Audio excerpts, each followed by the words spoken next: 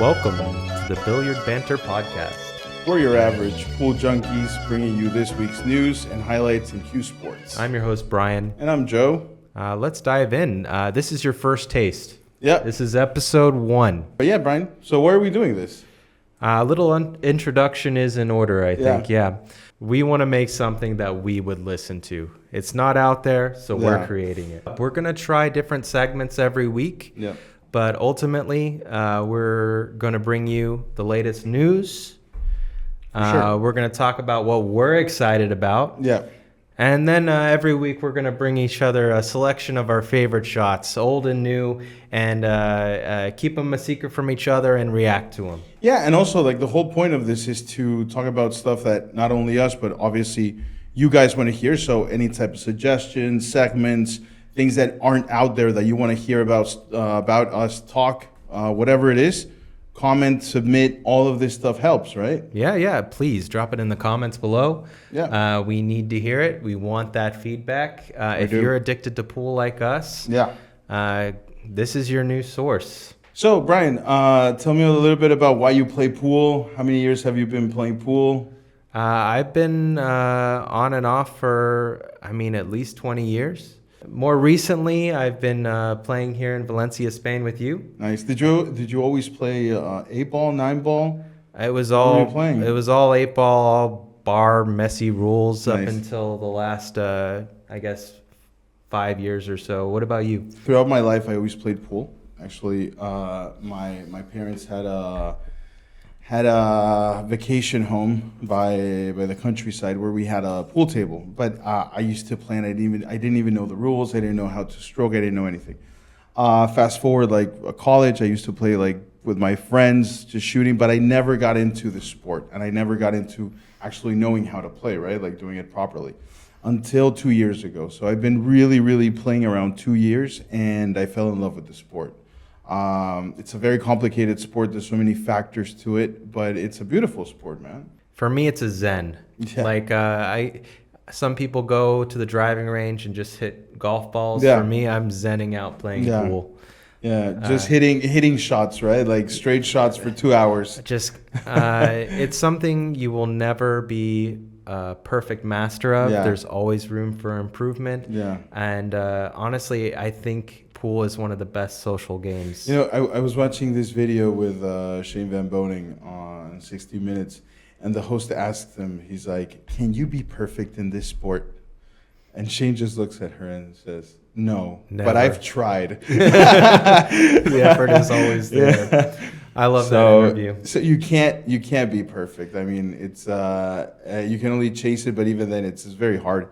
There's levels to levels, right? You know, we come fresh off a little tournament we played yesterday, and you can just feel the levels. There's levels at a bar. That was a little hardcore, wasn't it? It was very hardcore, very hardcore. We played this tournament with 32 players, and my boy Brian made it all the way up to top 8, right? I made it to the last 4, bro. Last 4. Yeah. This guy's killing it. If you like it, you have fun with it, right? For me right now, that's the goal. It's just to enjoy the game. And we both enjoy talking about the game, sharing clips. Yeah. And hopefully this conversation we're having today, this inaugural podcast, gives you something to talk about with your bar buddies. What do you feel is your biggest struggle? We were talking about, before we were diving into the podcast today, we were talking about choking. And I played this tournament yesterday as well. I didn't make it as far as Brian. I don't think you choked either, though. No, I didn't choke. It was more. I'm not used to these 9-foot tables, but choking has been something that is more common with my league matches. We also play in a league, and we were talking about choking. What do you think? What do you think about this? Did you choke yesterday? Was that part of it? Was it just mental? What happened? I have had a breakthrough. Yeah. I don't think I'm choking anymore. That's and that's amazing. never a sentence I thought I'd ever say, but I'm not choking. I'm not whiffing on the final ball. Yeah. I'm not deviating from my routine. It's a small breakthrough. There's a lot more room to grow, but genuinely in our league right now, we both made it to the quarterfinals. Yeah, we did. And I think we can both attribute that to the majority of the players in our league choking while they play in the league, playing completely different than they would if it was just a normal day at the bar. Yeah. My question would be, because I cannot even fathom saying I don't choke anymore. I don't think it's 100%. So my question is like, how do you think you overcame this? Routine. So you put in your hours, but develop your pre-shot routine. If you don't know what that is, YouTube it. Thank us later. And it's your crutch. When your heart rate is jumping and you aren't thinking straight and the pressure's on. You got 3 of your buddies looking over there like yesterday watching me play that bastard. And stick to your routine. You know when you're deviating from the routine. You know, and if you are, stand up, reset. You know, that's a great thing. Standing up and resetting sometimes, I don't know if it's just me, but sometimes I don't do it for, I don't know if it's laziness or just anxiety of I'm anxious to just shoot.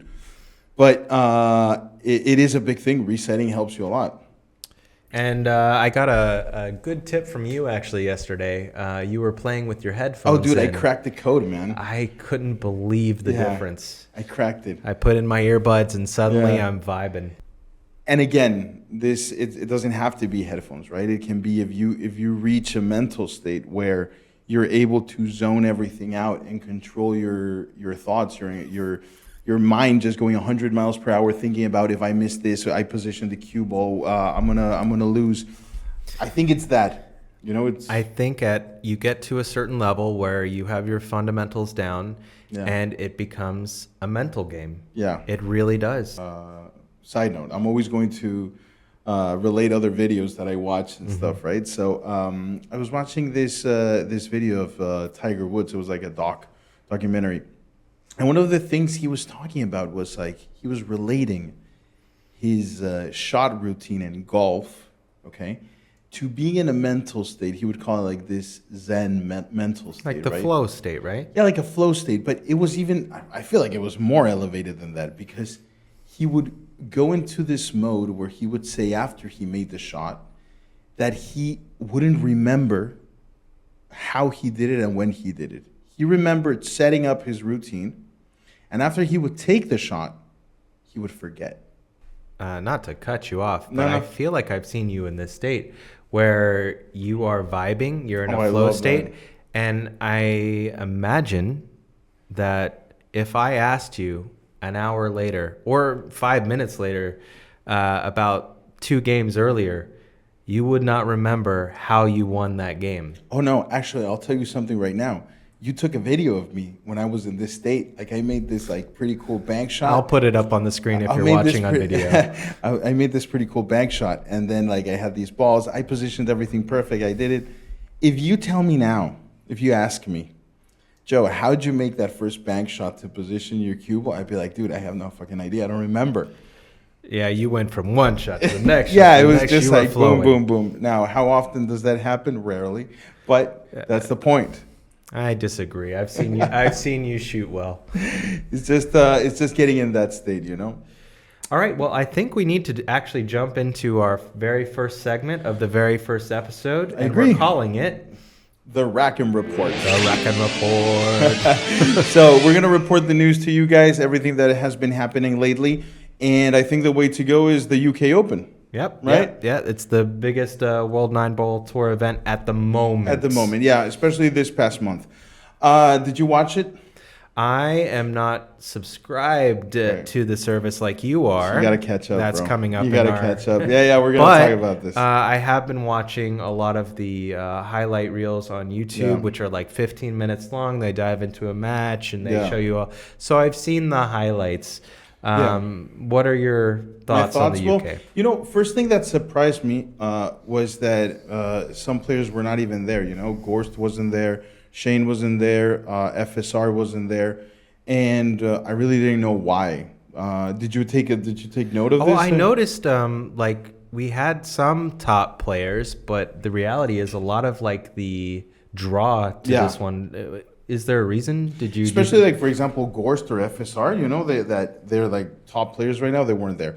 Reason for this is that, and I want to get your thoughts in this, is that they had requirements from their sponsors to attend the Guangzhou exhibition. You know, it's the second biggest. China. Yeah. Okay. So it's the second biggest exhibition for Cue sports in the world, and of course, you know, they're going for CueTech, they're going for Predator. All these brands are there, and they have events, signing events, testing events. They have everything. So they didn't go to the UK Open, and they got an exemption from Matchroom, which I would like to know your opinion on this. I mean, I think you get special privileges when you're in the top 10. Yeah. I think that's just Is that fair though? No. It's not fair. But also it's a niche sport. So I think, and especially with the feud between the WPA and the World 9-Ball Tour and all that, like we could talk a whole podcast about Joshua Filler and him just being the number one in the world by the WPA standards because of their feud and all that stuff. But honestly, they're going to try to bring in top talent and work with them no matter what. That brings me to my next point, which is money, you know, because sponsorships, monies and everything. So the prize pool for the UK Open was 200K. Winner would take 40K. Is this low or is this high? What would you say? It's low, I think. Yeah. I think historically, this has actually been one of the biggest problems in pool. Yeah. I mean, it's hard to make a living as a professional pool player. Yeah. So I love what Matchroom's done in general. They have much bigger prize pools, and they've gobbled up the market for all the top talent, and they've created a format that's really fun to watch. Yeah. But ultimately, it comes down to that prize money. If you're a professional pool player, for sure, how many tournaments do you have to grind out traveling all over the year? That's crazy. And how many times do you have to go to China to earn it? And it's obvious. You can see that every pool player, his sponsors are CueTech, Predator, Teom. They're all pool gear. Yeah. Okay? There's no Red Bull. There's no Monster. There's no, I don't know, Sprite. You know? You don't have your Coca-Cola hanging on the arm. You don't. You don't have your Mickey D's little thing. So, but as funny as that is, that means there's less money in the sport because it's a niche sport. Even if there's a freaking table in every bar around the world, in most bars at least. Little money, man. Yeah, I think the prize pools are improving. That's my opinion. It's not my opinion. It's a fact. Yeah. I love what Matchroom and the World 9-Ball Tour have done for the sport over the last 4 years especially. Yeah, for sure. You know, anything post-pandemic, they just ramped up. Yeah. But in general, the prize pools are improving. And if you're not in the top 20 players in the world, it's still very hard to make a living. Very hard. I think even like from what I was reading, I think it's on top 10 still, top 5 even. They make 6 figures. Yep. That's it. Yep. They're not millionaires. Nobody's making a mill. I mean, Gorst in theory made last year $500K in prize money. That's just the prize money. So he also has all his sponsorships, and which supposedly makes you more money than supposedly. And he has a very popular pool YouTube channel, which will give him some revenue. So maybe he is breaking close to $1 million, but he's probably the only one. I think he's easily in the million, but I believe he's an outlier and very unique case. Yep.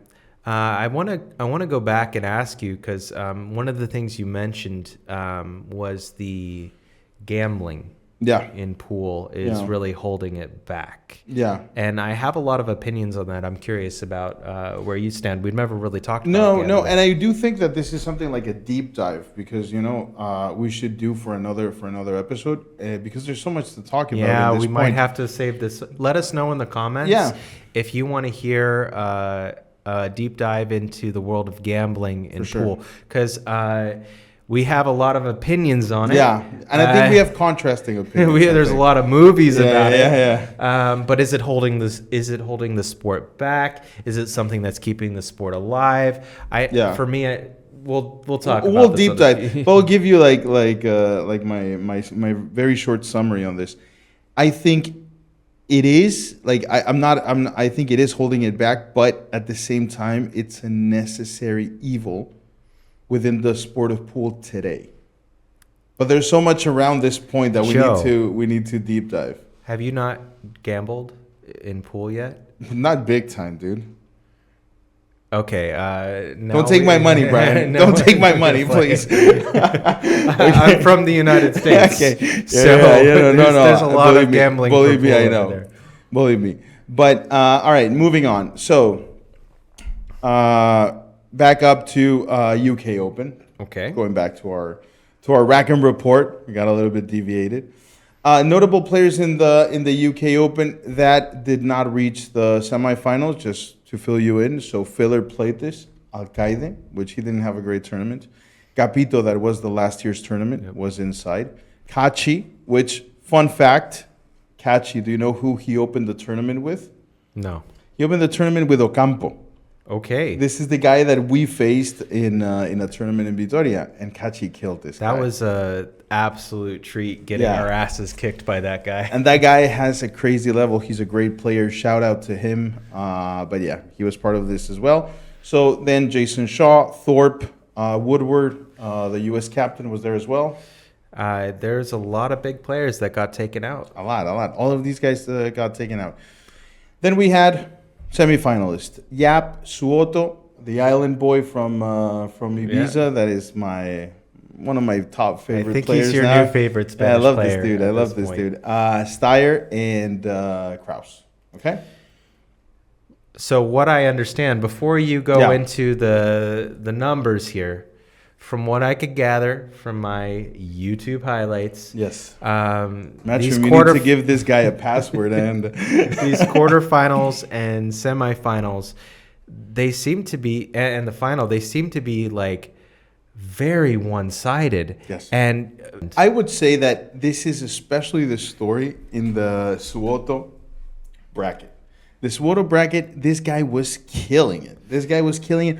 All his matches were completely one-sided from the top 16 until the semis. Okay, so to back up again, semifinal Kraus with Suoto and Yap with Steyer. So all of them until now that Jonas played, it was very one-sided. Yap's side, his come up to the final was not as one-sided. So he had some tough matches. Actually, his semifinal with Steyer that we will mention a little bit was very competitive. Okay, but I do want to take a point of mentioning that Yap and Kraus, these guys reached the semifinals, right? But they come in very good form because a week ago these guys were in the final of the Scottish Open, and Kraus took it. Okay, now this guy comes into the semifinal with Suoto, and he got destroyed. Were you able to watch highlights of this match? I have. You are educating me right now. Okay, so this was ridiculous. This guy was potting 95% of all his pots. Okay, this guy did not miss, which was a downgrade. 95% is already a ridiculous number. It was a downgrade. It was a downgrade from his last match with Jason Shaw, and he was potting 100% with this guy. I actually saw this match on YouTube as one of those 28-minute highlight reels that they put up. Yeah. And this was I feel like my first real introduction to Jonas. Yeah, Jonas. And I couldn't believe it. We have Eagle Eye Jason Shaw. Yeah. What was the final result of that? Was it like 310 or something? No, the Jason Shaw was crazy. Yes, it was 310 exactly. 310. It was 310 with. Listen to this. He had 2 breaks and runs, okay, which is fine, but he potted 80 balls compared to 28 from Jason. That's a big difference. That's a very big difference. I think in a winner break format like the UK Open, it leaves if you are running, if you are vibing, and clearly Solto. Is vibing right now. Like that was my first real introduction, and he is somebody to be looking at right now. Actually, later on I will mention a couple more things about him in another segment that we're doing. But just to mention that this guy was incredible. This guy was incredible, you know. And I also want to do a shout out at Steyer, which I don't know if you've seen, especially in the World 9 ball. Historically, he hasn't been as consistent or hasn't been reaching so many finals, right? Yep.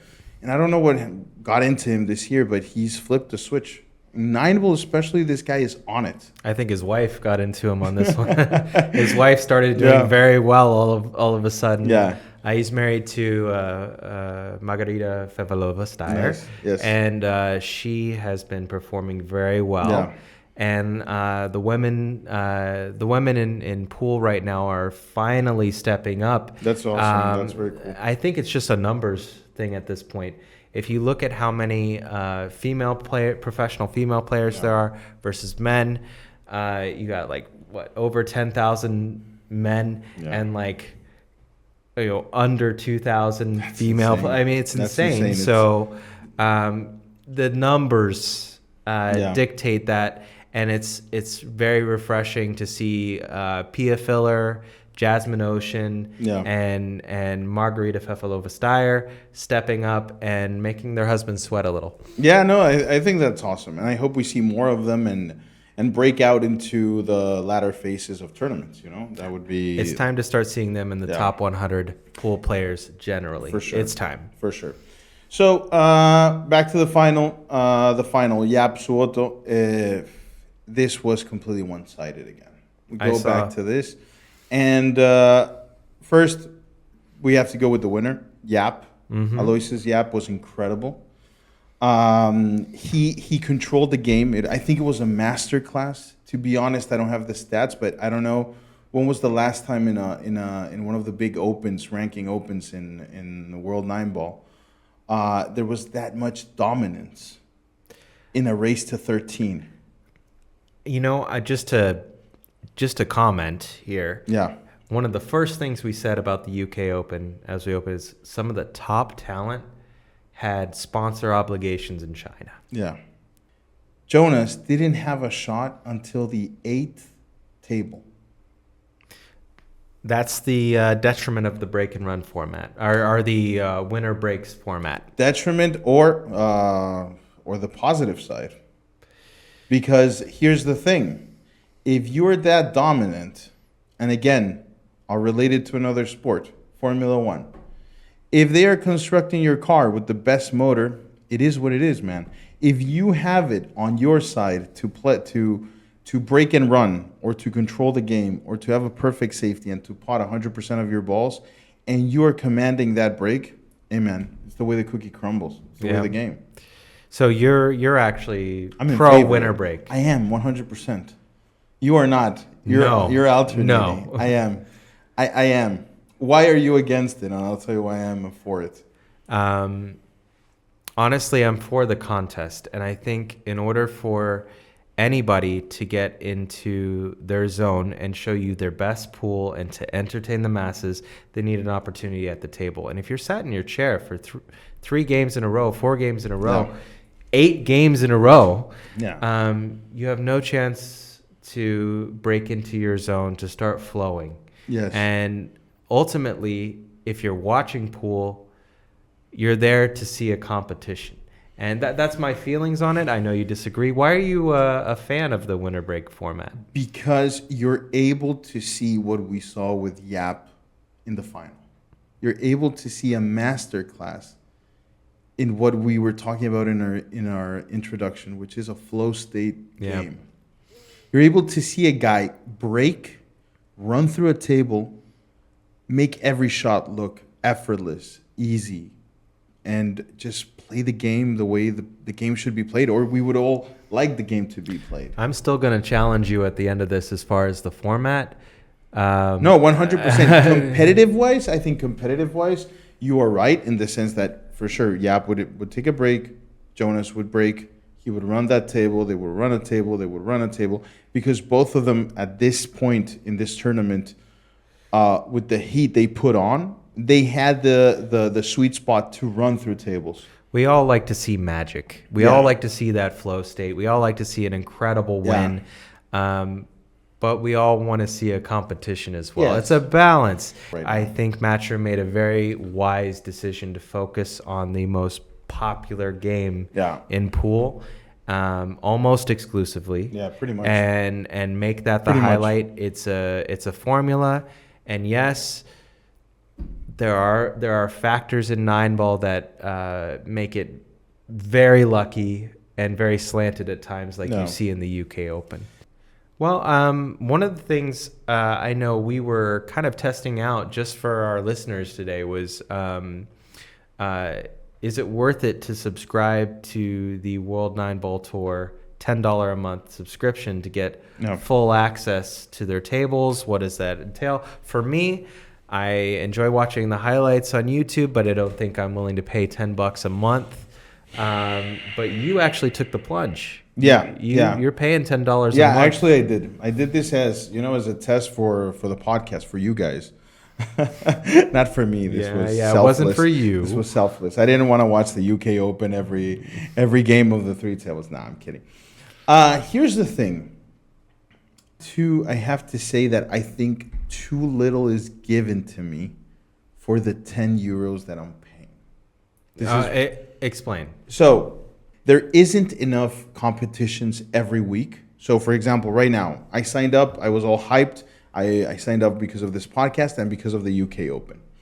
What is the next great tournament I have in this month that I paid 10 euros for? The Estonia Open. It's a small ranking event. It's not that much. And that is all I'm getting. Now, there are months, there's going to be months where you get 0 to no great events, and you're still paying a subscription. Obviously, you can always unsubscribe and then subscribe, but is it worth it? I don't think so. If you really like and you love pool, yes, like you're gonna watch everything. Well, I want you to tell our listeners what you actually get with the subscription, because yes, I know I got access to more than the highlights on YouTube, but what do you get access to? Aside from not getting matches all the time, you do get access to all the tournaments that the World 9-Ball Tour is broadcasting. You get all of them, and you get access to their full library. Okay, so you can watch all games from Moscone Cup, from UK Open, from the Scottish Open, for everything. Okay, everything. And then you get access to table number 1. Where you do get the TV table? Yeah, the TV table. There's 3 tables, okay? There's 3 TV tables, and that is the table that always gets commentary, okay? So you only get commentary on 1 table, all right? You get table number 2 and table number 3 that have no commentary, and the production value on in those remaining tables decreases a bunch. Okay. First table is incredible. First table, you got all the glitz and glamour. You got the lights, everything is beautiful, the commentary, everything is great. Table 2 and table 3 are a more basic, just almost as not a webcam, but just a shot of the table. Okay, so you don't have like the multicam. You don't have multi-cable. They do. It is true that when, for example, I believe that there was some match, I can't even remember right now, that Steyer was playing in table number 3. And if you're watching table number 1, they will switch back and forth, and they will inform you. But that's pretty much it. You don't get much more. You get the library, you get the events, you get the 3 tables, and you get live scoring. For me, the commentary is important. Oh, 100%. There is no app. There's no app.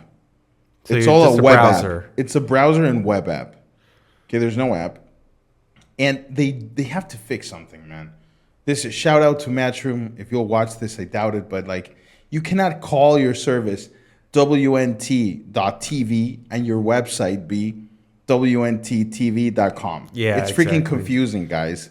You know, I love Gladiator. Yes. Yeah, the movie. Yeah. Gladiator. Everybody. No. All right.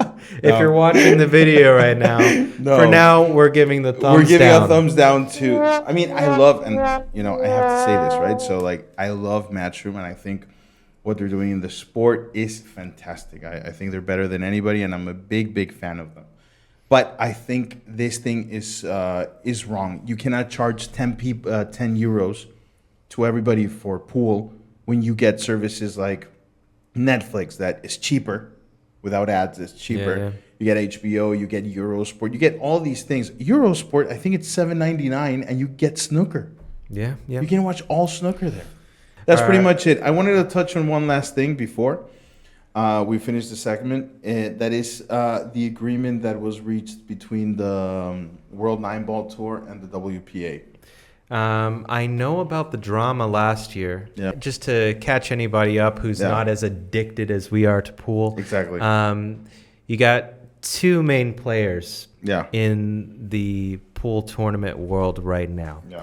That's the WPA, yes, the World Pool Association. Exactly. And you have Matchroom, who produces the World 9-Ball Tour. Yeah.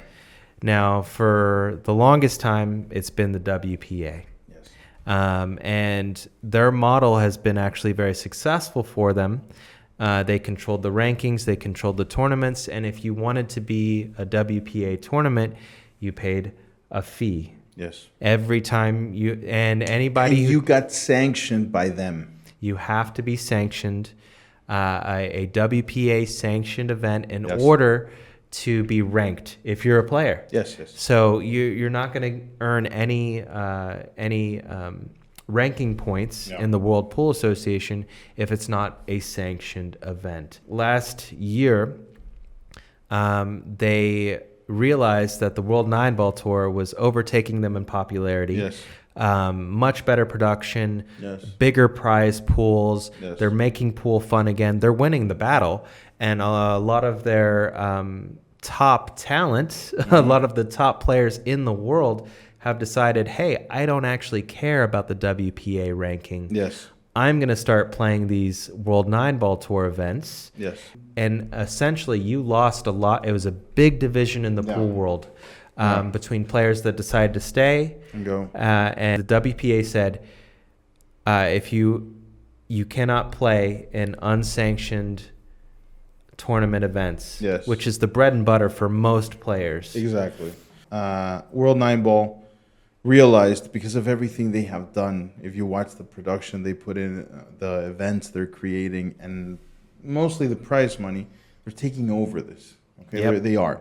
So what happened? They pretty much decided, or they claimed, they would not seek to be sanctioned by the WPA, and this created a freaking explosion. They got tired of paying the WPA money. Exactly. For no reason. For what? And this is my point that I wanna ask you a little bit later on.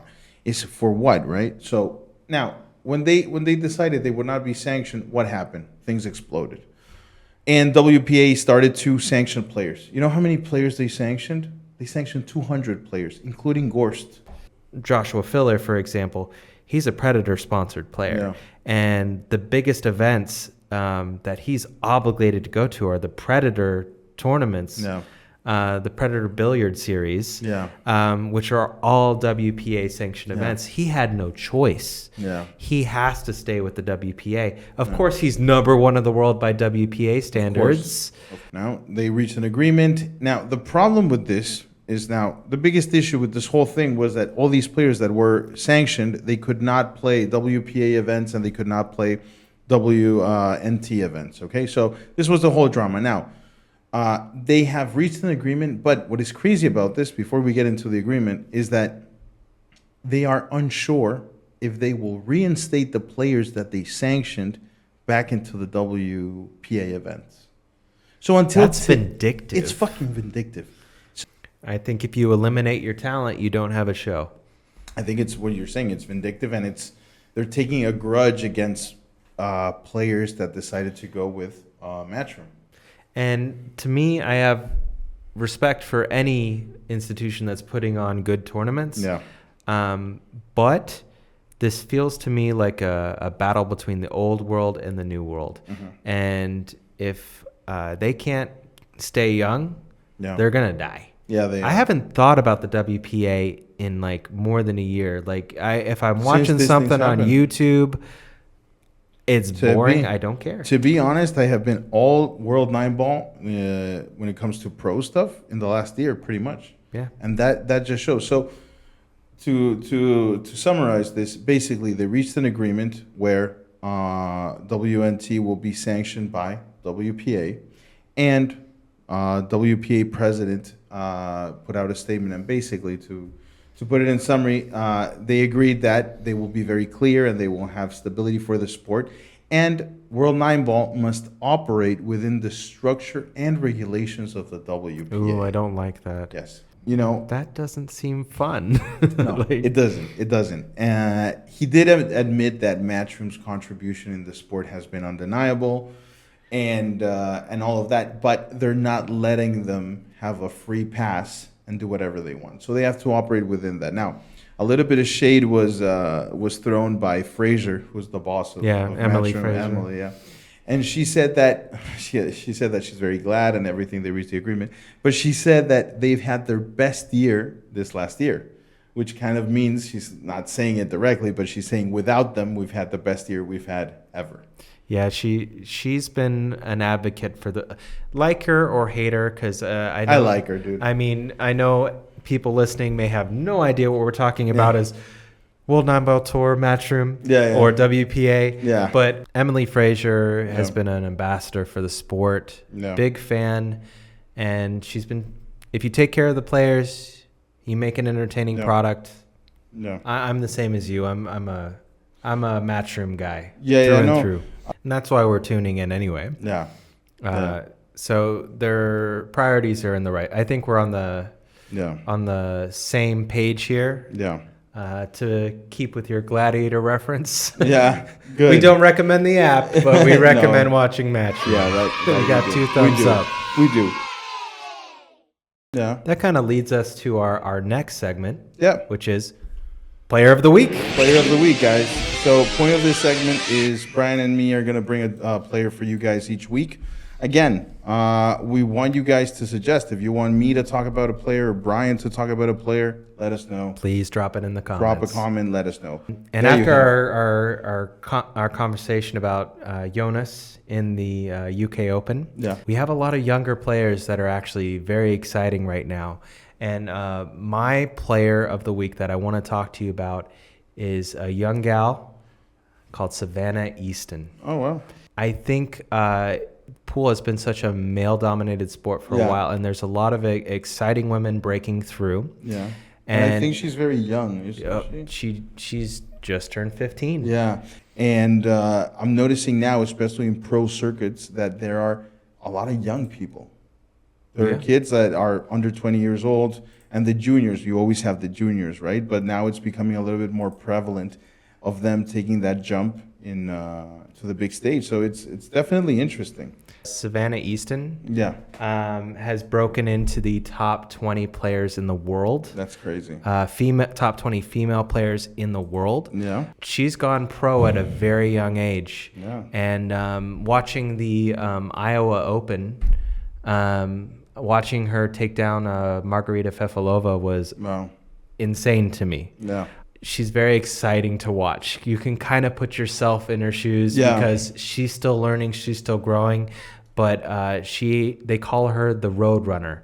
Wow. She just I love the nicknames in the Ultimate Pool USA world, but they call it Savannah, the Road Runner, Easton. They give the players that drama. She when she gets rolling, she don't stop. Yeah, it's very exciting to see these players, especially when they come with their style, their nicknames, and just break through. Yeah, who did you bring to the conversation? So I'm gonna be very predictable. I'm actually gonna let you take a guess. Who did I bring this week? Jonas. Yes, it had to be Jonas. I have to pay tribute, man. This guy has been on fire. He just made the final, and he's really playing in an incredible way. He got swept by Yap, but if you watch that game with both games with Kraus and with Shaw, you would be amazed of the improvement. Keep in mind, this kid is 22 years old, 22, 23. They call him the Island Boy because he's really just a boy as well. Island Boy. Your favorite song. I guess we both have the same idea in this segment, which is we're seeing the newer generation take over. He was born in the north of Spain, but his parents set up a billiards club in Ibiza.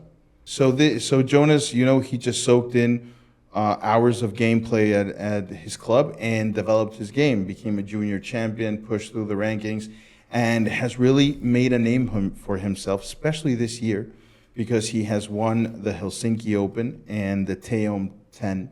So this kid is really pushing himself to that next level, and he made the UK final this week. So it can only go up, you know. He's going to improve. He has to get some major events. But I am very, very pleased with how he's playing. And what do you imagine his projection could be? Do you think he could be a top player in the future, winning tournaments? I'm going to predict that we are going to see a slate of younger players at the Mosconi Cup in 2026. That's, you know, every interview I've seen from him and clip related to pool. Jonas has a very big social media. Yeah, this following. is a very cool thing about him. He's very social media focused. So he's creating a lot of content on Instagram that is teaching players to play pool, because we have to keep in mind, for those watching, in Spain, pool has been played historically in a very different way. They play with a different set of rules, with 2 shots, with always making it on the same It's bank. not international rules here. And growing up without that structure has got to be difficult. So one thing that I really commend him for is that he's made a point to teach people online of the proper way to play 8-ball, 9-ball, and all this thing. He's being an ambassador. Yes, an ambassador. And he's also making, comedy content, keeping it light. So props I just think him. he has a great attitude. I love this dude. I'm telling you, I love this dude. So I'm really happy with it, with what he's doing, and I really he's fun to watch. Fun to watch. I hope he keeps on with everything and Do mentality. we know where he's ranked right now? He is, if I believe, he's number 14th, and he's going to go up. You can check it, but I believe that he is number 14 right now. And that's another thing. He's been really pushing to make that Mosconi Cup team. And I think he can do it. I think he can really do it. He's just a happy guy. I love watching him. 23 years old, cracking the top 10 9-ball world tour. Just hats off, man. I tip my hat to you. That's incredible. Keep on doing it. And yeah, that's my player of the week, man. If you are listening only right now, our final segment is Pool Players React. Don't miss it, guys. Like, really stick to it. Watch it, because Brian is bringing some heavy clips that blow my mind. And I bring a couple that are also pretty cool. Yeah, each week we're going to bring each other a few clips, share them, get our average pool player reaction, and hopefully give you guys something to share with your bar buddies. Yes. That's the goal. Don't miss it. Also, if you have any clips that, we can't watch them all, but if you have any crazy clips, send them over, and I think it will be awesome to react to some of those as well. Yes, please share the clips with us. Yep. At this point in the podcast, if you are only listening on that audio tab, we encourage you to go ahead and switch over to video for the React segment. Ultimately, if you're listening on audio, this might be where you tune out. Or if not, just stick around to listen to it. If that's the case, it's been a pleasure having you for our very first inaugural podcast of Billiard Banter. 100%. We're very glad to do this, to have you.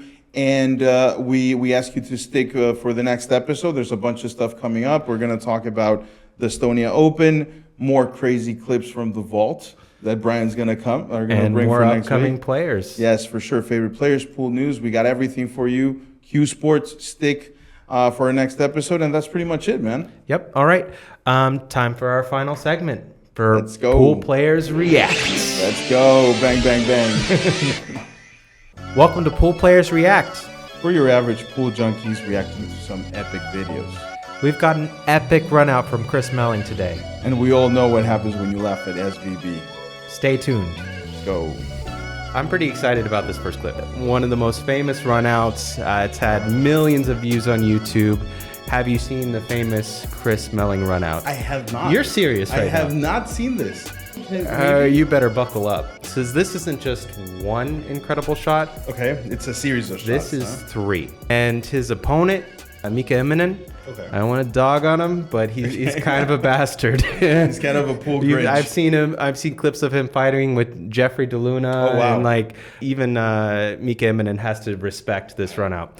So let's go ahead, jump in, check out this first shot. 4 ball Wow. in the What corner. is he playing it off the 13? Oh, wow. That's a carom kick combo. Now, let me ask you, was that on purpose? I think they're going to have a replay. He makes the 4, nudge the 13, make sure the 13 doesn't move. That's incredible. Looks like He made a great shot, but he put himself not of the best position. I for the next mean, shot. in a carom kick combo. Which is, double kick. Let's be Double honest. kick, yeah. Carom kick combo, combo. yeah. Legitimately, you can't plan for position there. No. It just a beautiful shot. No. Perfectly planned. His next shot, he's aiming for the 2 ball. All right. And he's got a masse around all these balls. Wow. And he does it. Perfectly, just huh? watch. Just like a puzzle every time. Wow, look at that. Doesn't even Give care. that man a round of Boom. applause. Perfect. Now that's 2 shots for the ages there now. Bro. This is insane. Boy, I'll tell you what, he dug that ball.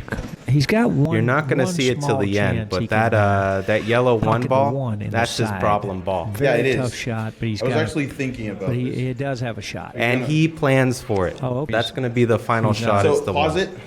What I assume he's going to do is he's going to make 6. He's going to go for 7. And when he pots 7, he's going to fix his or solve his problem ball. I mean, I like your take on it. That's probably what you and me would do. Yeah, probably. But he does something legendary. Okay. Like Yeah, this guy you is- won't be He's able to lagging predict 6 it. in. Oh, wow. Uh-oh, he got an He's angle. already I mean, he he's got already straight. thought out his Yeah, final it's no shot. good. He's got a, but he does have a shot. Oh, okay, it's a pretty good idea. Well, you see what he's doing here. He's lagging the 6 in. Uh-oh, he got an angle. I mean, he got it straight. Yeah, it's no good. Okay, I think he's just. Okay. Wow, I don't know what All right, in the world this is. He's calling What it. did he call it at? What is he calling? He's calling side pocket? I believe it. Corner pocket. Oh, he's lining it up right now. You got me. He called it into the there in the Corner corner. pocket with the 8 Come in front. He's trying to make this ball forward. It has to go in that's between so all slight. of the balls. Get out of That's a chance. Get wow, out of what a town. shot. Oh, my gosh. I just can't. That is might be the best ridiculous. shot And I've the ever seen in position my is life. like crazy, right? He's so precise with it. That is all time. To 5 or whatever that ball was. And He's having a the great next old one, time, man. You know who SVB is, right? Captain America, yeah. Captain freaking America. All right. I want to do 2 things. I'm going to show you the table, start of the table. Okay. It is the 2 shots, 8 and 9. What would you do? I think he has an He has angle. an angle. I'd hit it with topspin and hope for the best that it comes down table on the right rail. We would say it's an easy shot. You would think a pro is never going to mess this up, right? Yeah. Right. Especially Shane. Check this out.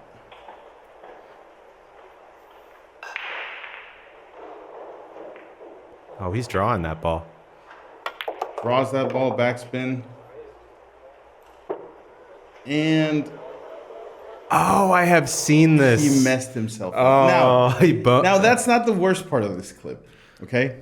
The worst part of this clip is what happens now. What? What? Now, please tell me, why would you laugh at Shane Bamboni I don't in a think you pro can, match? I don't think you can help it I at don't that think point. I don't think you should ever laugh at this guy. SVB is known for like making light of his situation too. He probably gave him a Maybe, look. maybe, He set him off. Maybe. But look at this. I mean, he's got to have a supercut at this point. How do you play safe? I mean, you could try to play safe on it, but No. your opponent's going to play safe all day long right back at you. 9 ball, it's 9 balls. Last ball. Whoa! Straight there. Jeez. Are they going to show it again? No. But I gotta wish see they that would again. show? I wish they would show the opponent's face after he makes the bank, the shot. Maybe they do. Hit play. I No, wanna it see- doesn't. It doesn't. I've waited for his face. I want to see. Look at the cut. That's ridiculous. Yeah, the cut is. That was sick. This is some. Damn. Yeah, this is some TSN. This is some like Canadian This is broadcasting network stuff. This is some old school shit. Yeah, like yeah. Even the quality of this video is it hurts. It hurts. Yeah. All right, so Alain Martel is your dad's bar buddy. Yeah, he is. Frozen in a safety here and doesn't really have access to that two ball Not at all. near that center, but he's got to hit it. Yep, it's actually a great safety. And honestly, you miss this. You're handing over the game. And, I think Q and 5 are touching, so makes it even tougher. So what does your dad's bar buddy do here? Well, my dad's bar buddy doesn't do anything. He's only got half a ball to He'll hit. give you ball in hand. But this is not my dad's bar buddy, you know? Looms large. And he's just called for his extension. 9 I'm ball. not The surprised border there. battle, I freaking love it, man. He's going to have to use every bit of table knowledge that he has to try and get out He's this gonna go mess. bank Is he and going to try and use jump English. into that rail and jump over the ball? Or is he going to try? He's and going to mash go that trick down? shot on Oh this. wow! Tough shot. He Look got at the jump. this guy. Look at it. That's crazy. What a shot, man! How can you even like set up that shot?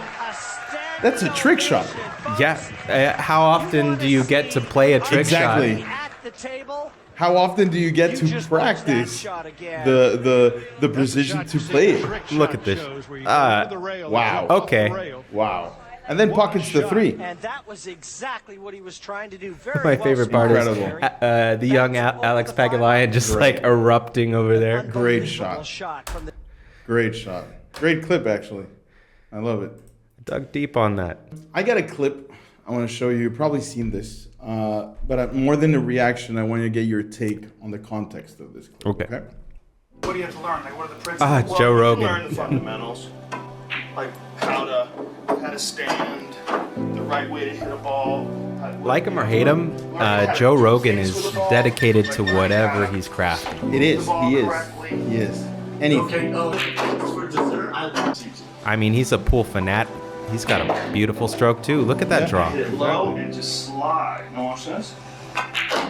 Slide down there. I like that he's using it as an opportunity to kind of instruct.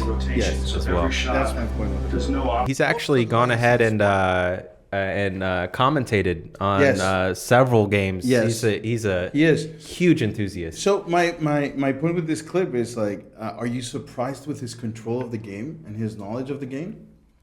Honestly, he'd kick all of our asses. Oh, 100%. And I am surprised that he doesn't have a greater influence in the game, judging by how much he loves the game. Because like I do listen to his podcast, and he's very into it. Like he knows. he's had several players and commentators. And he from pool. watches like many opens, like many games. He understands it. Because he's such a global icon. I mean- Controversial lately, whatever you want to call it, but he is a big personality that could influence the game, at least for a bigger audience. Yeah, I think that's on Joe. He could be an ambassador for the sport, and you sure. know what? Actually, he has been an ambassador. Like In a way. he's had multiple Yes. pool players on his show. Yes. he's had commentators on his show. He frequently talks about the Mosconi Cup. He does. He loves it. He goes to the events, and when he shows up, they invite him in to commentate, Yes. and he does it. So Yeah. He had Gorst on the podcast. He that's had one of my Jeremy favorite Jones. episodes. He did. I think he did commentary with Jeremy Jones in 9 Ball. Yep. So, dude's a legend. I felt like we had to have this because we're broadcasting from Spain right now. Yeah. We needed a Spaniard in the mix, and this for is our favorite Spaniard, Yeah. FSR. For me, this is like now changing a little bit, but It's changing. Well, Right now. we'll get into it. But yeah, After- no, I love FSR. Yeah. I'm joking. I love this guy. He's clearly partnered with the club we frequent, Sierra Billiards. Yeah. In Valencia. Yeah. His name's on all the tables. His Mosconi Cup jersey is hanging He's at there, the bar, actually. framed. We got the Viking. I forget. Rouse. Mickey Krause. I mean, these are top 10, top 20 players. Kraus is 12 right now, I think. He's one of those top players. He's practicing He's a the man double. right now. Right He now, is. he's in form. He's the man. commanding it right Yeah. now. They're clearly filming and practicing their double jump. But we just have. Look at him shooting with a backpack and a raincoat. I just love Mickey's reaction. Like, what? Like.